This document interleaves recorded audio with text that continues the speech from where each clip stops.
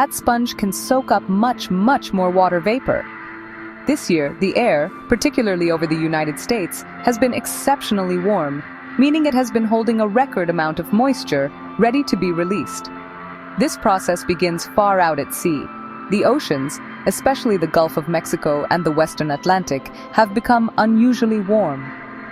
This warmth causes more water to evaporate from the ocean surface, rising into the sky and creating incredibly humid air masses. Powerful weather patterns then act like a conveyor belt, pulling this supermoist air northward over the land.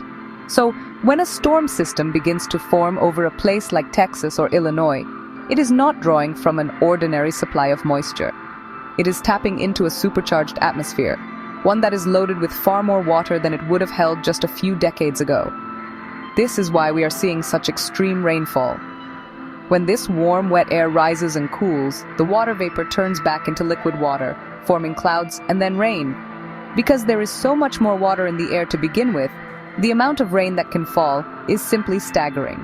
A storm that might have produced 1 inch of rain in the past can now easily produce 3, 4, or even 5 inches in the same amount of time. This is what scientists mean when they say climate change is loading the dice for extreme weather. It makes these intense, short-duration downpours much more likely and much more severe than they used to be.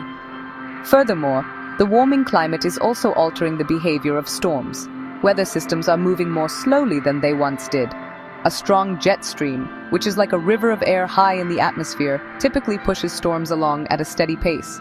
But with a weaker and more wobbly jet stream, storms can stall over one area for hours or even days. When a storm loaded with historic amounts of moisture stops moving, it unloads all of that water in one concentrated place. This combination of more water in the air and slower moving storms is the devastating 1-2